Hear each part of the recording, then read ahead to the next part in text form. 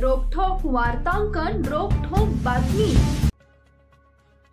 काल 28 जानेवारीच्या मध्यरात्री प्रयागराजच्या संगम काठावर गर्दीमुळे चेंगराचेंगरी झाल्यामुळे 20हून अधिक जणांचा मृत्यू झाला, तर सुमारे 50हून अधिक जखमी झाले।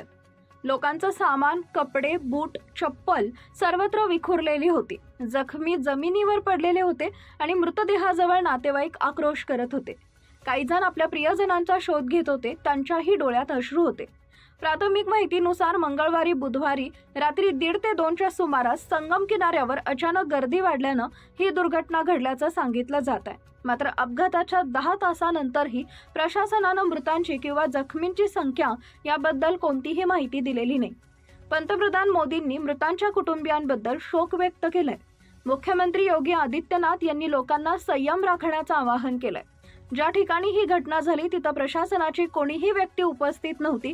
गर्दीमुळे सगळे दबले आणि मागून लोकांचा रेटा वाढल्यानं ही घटना घडल्याचं बोललं जात आहे। महाराष्ट्रातील महत्त्वाच्या आणि ताज्या बातम्या पाहण्यासाठी आमच्या जय हो न्यूज चॅनलला सबस्क्राइब करा आणि बेल आयकॉन प्रेस करा।